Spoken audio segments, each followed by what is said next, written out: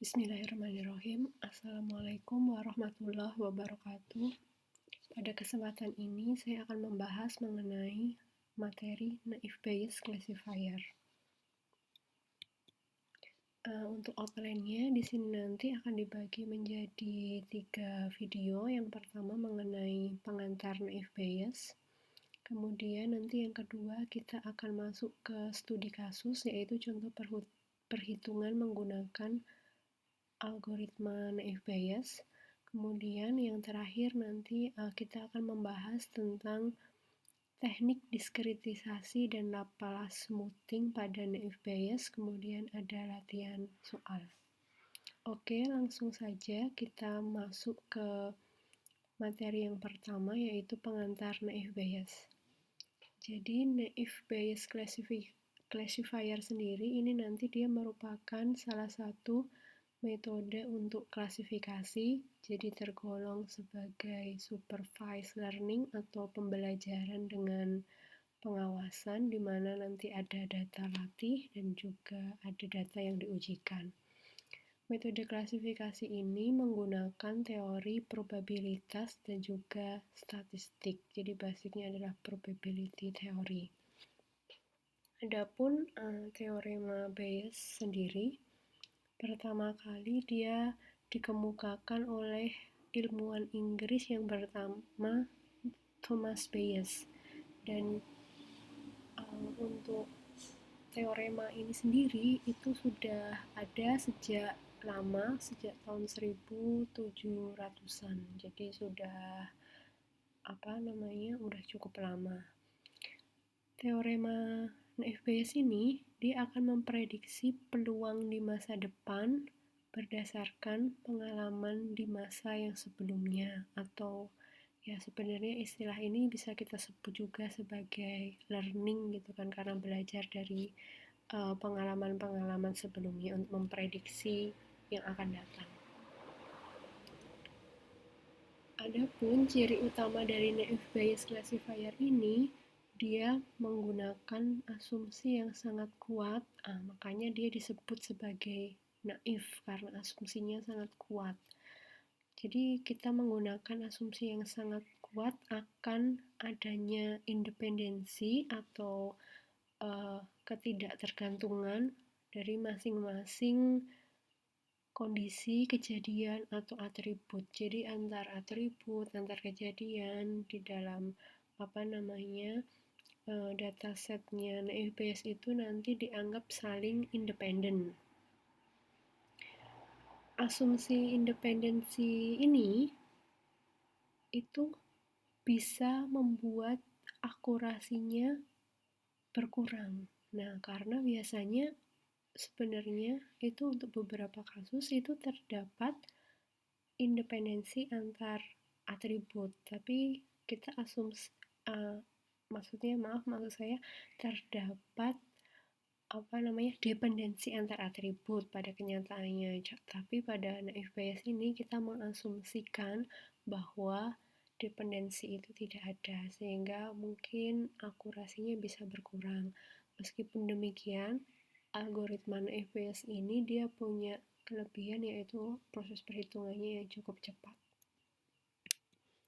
Untuk formula Naive Bayes sendiri seperti yang tertulis di sini, kita nanti ada menghitung sebuah peluang bersyarat.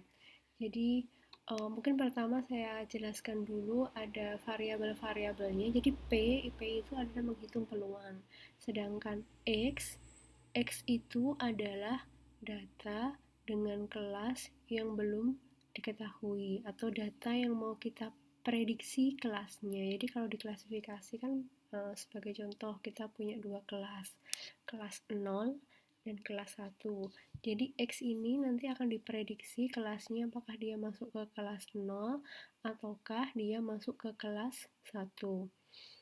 Kemudian H itu adalah singkatan dari hipotesis, yaitu hipotesis data X itu merupakan kelas spesifik atau kelas tertentu. Jadi H ini biasanya bisa digantikan nanti H itu misalnya label kelasnya itu Y gitu kan. Nah, H itu apakah Y sama dengan 0 ataukah Y sama dengan 1. Gitu. Kemudian yang kita akan hitung itu adalah peluang, ini dibacanya peluang H given X. Jadi, kalau kita diberikan sebuah data X, peluang X itu dia akan masuk ke hipotesis Y-nya sama dengan 0 itu berapa dihitung.